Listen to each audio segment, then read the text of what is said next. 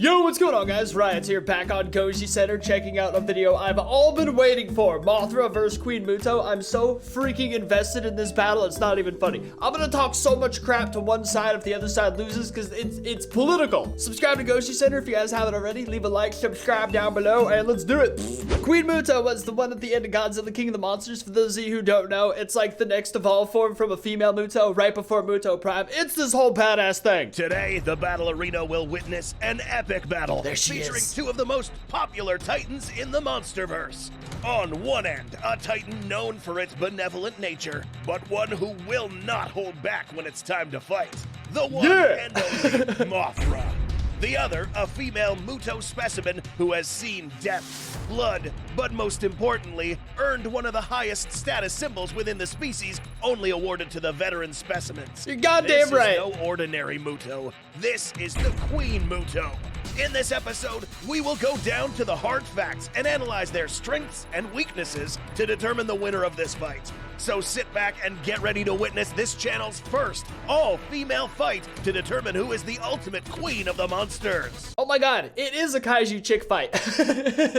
That's hilarious. I'm pausing it real quick to put my money's going on Queen MUTO. It's a little biased, very biased in fact, but I guess Mothra could sky camp the crap out of it. Eventually she's gonna have to go in for contact though, and Queen MUTO is gonna be a tank. I'm putting my money on that one. I wish I had someone to bet money against right now. Would be cool. Before we begin this battle face-off, we quickly want to show you some gameplay footage of me playing Tacticool, our sponsor. Hells yeah, dog. This is a 5v5 multiplayer shooter mobile game featuring intense combat, destruction, and as you can see, pretty realistic physics, which is what I love about this game. If you're sold already, go download the game. I am sold already. Or use this QR code on the screen and use code TACTIDE to get 50 Jason shards, an RPG, and 50,000 silver. Jason shards.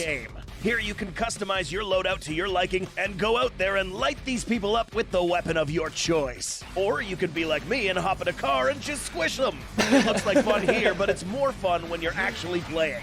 There are many game modes to play, including Capture the Bag, Control, and Team Deathmatch. Some of these maps will even throw zombies at you. If you get good enough and want to further disrespect your enemies, this game gives you several ways to do just that. I know, it's great, isn't it? So if you don't want to miss out on all the fun and support the channel at the same time, you can find the QR download code right here, and the link is in the description. And make sure you use the code TACTIDE to receive 50 Jason shards, an RPG, and 50,000 silver to get a massive head start in the game. See, I watched the entire advertisement because I support the channel. What would we do without Goji Center? I really enjoyed playing this, and so will you. Thanks to Tacticool for supporting this channel, and now let's get back to our battle face-off. In order to proportionately size up these monsters and simulate an accurate fight, we first need to understand their corporal builds and the first battle attribute, resistance. Mothra, MUTO for sure. Known as Titanus Musura, is a massive winged kaiju who evolved from the Lepidopteran order of giant insects, more specifically, moths. For this battle, we will not be using the larval form. At first glance, this monster looks quite massive. But by measuring it up close, we find that this animal's actual body is around a mere 52 feet in height. Dude, Mothra is tiny. We just watched that head comparison video, the last thing I reacted to. Mothra's head is small enough that a human could punch her in the face. I have such little hope for this beautiful creature. Its wings, however, cover a wingspan of over 803 feet, dwarfing the area coverage of its opponent. This creature's body was protected with a chitinous armor that covered its entire body, serving as a durable exoskeleton for a titan of this size. Similarly, the Queen MUTO was also covered in an exoskeleton. But it's important to note that the MUTO species also contain an endoskeleton, further strengthening its body. But how big were these? We know that female MUTOs measure approximately 300 feet in height. Damn. And there is no official mention that Queen MUTOs are considerably larger than the standard female specimens.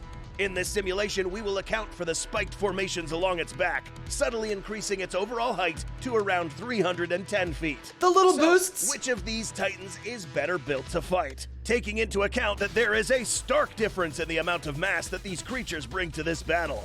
The Queen MUTO is seemingly built to be able to withstand more damage from its opponent. For this reason, in this round, the edge for resistance and corporal build will go to the Queen MUTO. I honestly can't think of a single one of these that's gonna go to Mothra. Everything I could think of in a situation where they have to kill each other, Queen Muto, just there's no chance. Like what? Battle experience. Ooh, damn it. In this particular Except this face-off, one. we will use battle experience as a fair indicator of these titans' level of battle intelligence.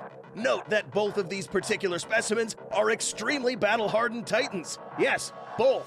Let's begin with Mothra. In the Monsterverse lore, it is explained that Mothra has a particular ability that singles it out from all other titans. Reincarnation. This is defined as the recurring process of coming back to a living state after death.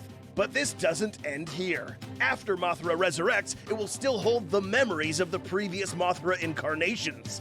All of them, meaning that any battle experience picked up by every single Mothra in existence is now housed inside this current specimen. That's pretty this is insane. Possible due to Mothra's habit of laying an egg before going out to fight other kaiju. If it dies, then the next Mothra will hatch. Going back in time, we see that Mothra has faced an array of titans before, including Ghidorah and even the Kong species. This compilation of knowledge and experience gained throughout millions of years will be used against its opponent. Good lord! How does the MUTO compare? Let's make something very clear. You don't just turn into a Queen MUTO after winning one fight. That's what I was gonna say. This mark of superiority is earned with blood. It is mentioned that this particular MUTO specimen is very old and experienced. This is notable from the obvious markings and scarring of this MUTO specimen. This means that the MUTO had to endure a continuous amount of combat throughout its life. If you know anything about MUTOs, these guys are particularly good at fighting Godzillas, arguably the most powerful Titan species in this franchise. So that said, it is obvious that both of these titans are perhaps some of the most battle-hardened creatures in the Monsterverse. See, he touches on an amazing point. To evolve into the Queen MUTO, you have to freaking go through it's a rare, or like the comic touches on two ways it could happen. The other way is it has to be like the alpha of its area, meaning it has to kill all the smaller ones. Either way, to be a Queen MUTO, you have to do some crazy, horrible mafia-style stuff. Both with plenty of opportunities to fight very dangerous kaiju. Oh my god! Making this a draw in battle experience. Holy crap. Locomotion. When it comes to locomotion, Trains? we'll take into account how fast and how agile their movements are. In Godzilla King of the Monsters, we see Mothra moving at very high speeds when she joined the fight against Ghidorah and Rodan. Her preferred method of locomotion is obviously flight. In 2019, Mothra joined the fight while airborne, rapidly flying past Ghidorah while avoiding any terrestrial melee combat. Whoa. We can assume that Mothra will use this same methodology against Queen MUTO, as it would not make any sense for Mothra and MUTO to engage in an exclusively Holy Jesus, that's encounter. HD. The Queen MUTO, on the other hand, or all female MUTOs for that matter, are limited to ground locomotion, even though they are technically capable of moving faster sporadically for short periods of time.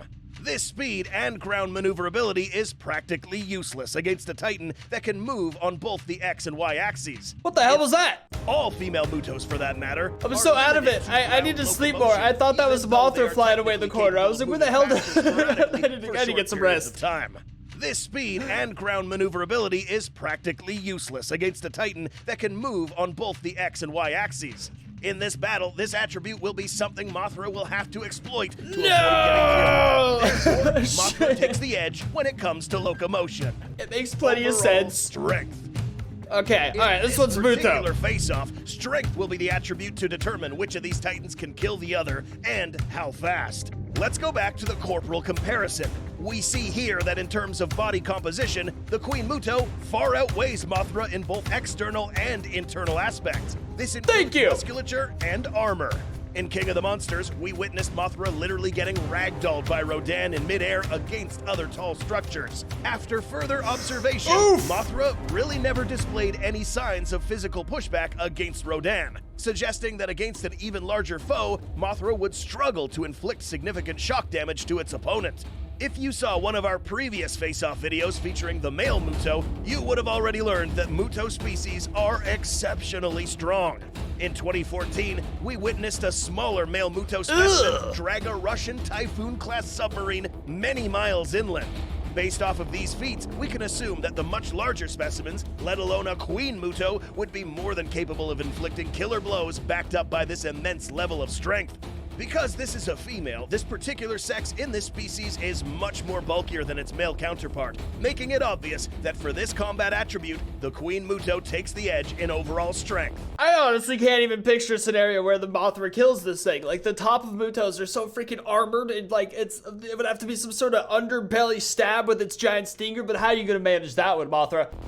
Auxiliary weaponry. What? This flying titan is equipped with weapons that can potentially handicap its opponents in 2 different ways. Shit. The first weapon that we will discuss is its silk attack ability.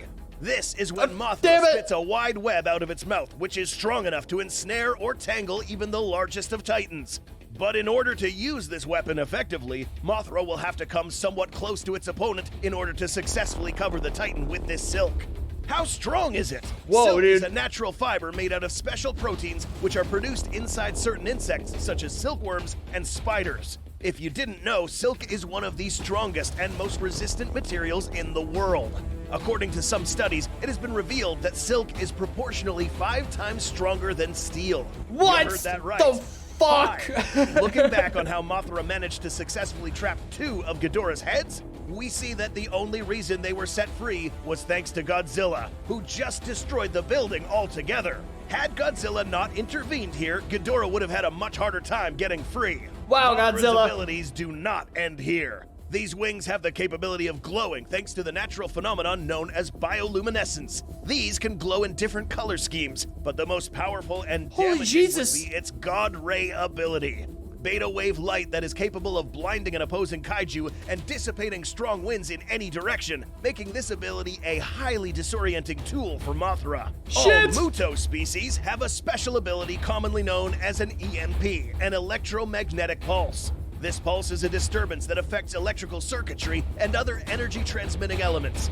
But will these affect Mothra's bioluminescence? No! To answer this, we need to know how this phenomenon works. In the real world, most, if not all, bioluminescent animals and bacteria are able to emit light thanks to an element known as luciferin. When this element reacts with oxygen, it produces light. Whoa. This chemical reaction is what you see whenever a firefly glows in the dark. Similarly, this giant insect's bioluminescence is created in the same way, not by electrical means, but by chemical reactions, which in this case are immune to EMPs. Yeah. Mothra's 2 abilities can 1. Handicap an opponent's limbs, and 2. Blind them. While the MUTO's EMP is basically harmless to Mothra, giving her the edge for auxiliary weaponry. Come Melee on, weaponry. man. All right, Both MUTO. of these titans have similar weapons that are used in relatively the same way, but at different scales. Both Mothra and the Queen MUTO have forward-facing limbs tipped with sharp spikes. Both have been seen to make lethal impacts to an opponent, and in the MUTO's case, draw blood when fighting the G-Man. But whose weapons are deadlier? By measuring the size MUTO. of both of these weapons, we see that the Queen MUTO not only has the bigger weapons, but also has the greater range, meaning that each impact will come those packed little with enough arms. centrifugal force to possibly even impale Mothra with a single strike. But Mothra doesn't just have sharp forelimbs, she also has a stinger. This retractable weapon is housed in this titan's rear abdomen. Fully exposed, this stinger seemingly has the capability to pierce deep, as it was shown in King of the Monsters to effortlessly impale Rodan's chest or shoulder. Note that it is not officially mentioned that this stinger can inject any venomous agents, but even if it didn't, this thing is long enough to reach some of MUTO's vital organs. Oh, God. That's if the MUTO lets Mothra get close enough. But is this stinger enough to win the edge? The answer is found in these weapons' effectiveness. While Mothra can arguably inflict damaging blows to the MUTO, it's only fair to acknowledge that a single impact of one of these massive MUTO claws is more than enough to one-shot a small titan like Mothra. Thank Whereas you! It will take more effort to use and deploy these weapons effectively against a much larger opponent. For this reason, the Queen MUTO takes the edge when it comes to melee Goddamn weaponry. right. X Factor. Oh, God. Earlier in this video, we discussed how Mothra lays eggs prior to going out and putting herself at risk and possibly dying. This makes it possible for her to come back to life, along with her previous memories and experience. But this has an additional effect to her fight methodology. It was mentioned by official sources that because Mothra is able to reincarnate, she has, over time, lost her fear of death. Oh my Meaning gosh, that Mothra dude. will bear this in mind when fighting the Queen MUTO. The She's idea of getting Deadpool. killed will not be daunting enough for Mothra to think twice before making a bold move.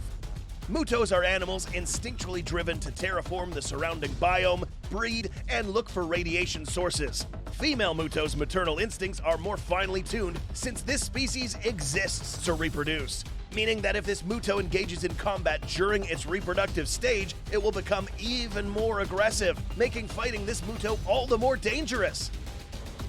We are now ready to reveal who will be the winner of this fight. Couldn't Queen MUTO also impregnate Mothra? I don't suppose that'd be a factor though, because once Mothra's already on the ground knocked out, it could also be just a victory. Mothra, with its light and agile build, wins the edge in locomotion and auxiliary weaponry. You the Queen MUTO, bastard! with her massive build, wins the edge in resistance, overall strength, and melee weaponry. Alright. These titans are equal in the critical attribute of battle experience.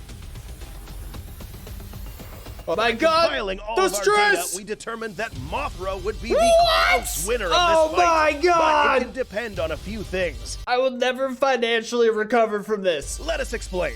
Although the Queen MUTO's stats looked as if she would win this fight, the attributes that carried more weight in this battle were these two: battle experience and locomotion. Yeah. In close range, Mothra would not stand a chance against the Queen MUTO, since we discussed that it would only take one blow to take down this smaller titan.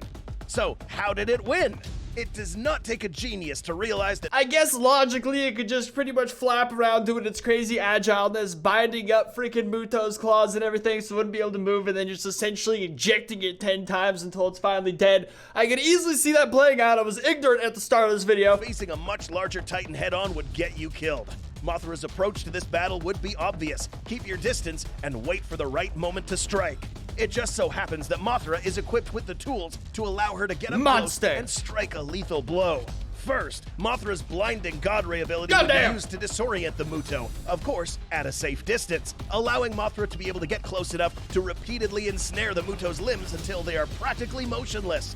After MUTO's limbs aren't able to protect her any longer, Mothra would now find an opening on MUTO's only vulnerable spot: its nice, flat, exposed head. And by using its limbs to grapple onto this giant beast, it will now place itself in a perfect position to insert its stinger close to its brain or brain stem, paralyzing and killing the MUTO in an instant. Damn! The other unlikely scenario would involve Mothra haphazardly getting too close to the Queen MUTO and getting one-shotted by those massive claws. But realistically, Mothra wouldn't be stupid enough to let that happen. Yeah, I voted for MUTO 100% at the beginning of this, but it makes total sense. You can just evade flap repeatedly until it's bound up like some Spider-Man business. Having said this, it is obvious that both of these titans are capable of killing each other, but the title of Queen isn't just earned by strength. It's earned by knowing how to use it. What do you think a battle between Queen Mothra and Queen MUTO would look like?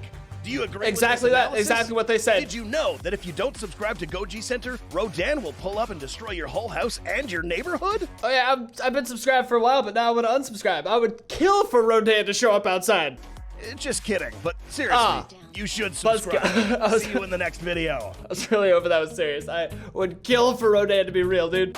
Well, it makes sense. I guess in the end, I'm happy about it, because like Queen MUTO, there could be a billion of those. It gets Mothra rebirths anyways, but she is the queen of monsters. She's beautiful. You don't want her to die. But Queen MUTO, though, man, come on, I get it. It makes total logical sense. I'm just not happy about it. Another amazing Goji Center video. Holy crap, this is awesome. Leave a like, subscribe, check them out. Link down below, of course, and I'll see you guys next time. Peace.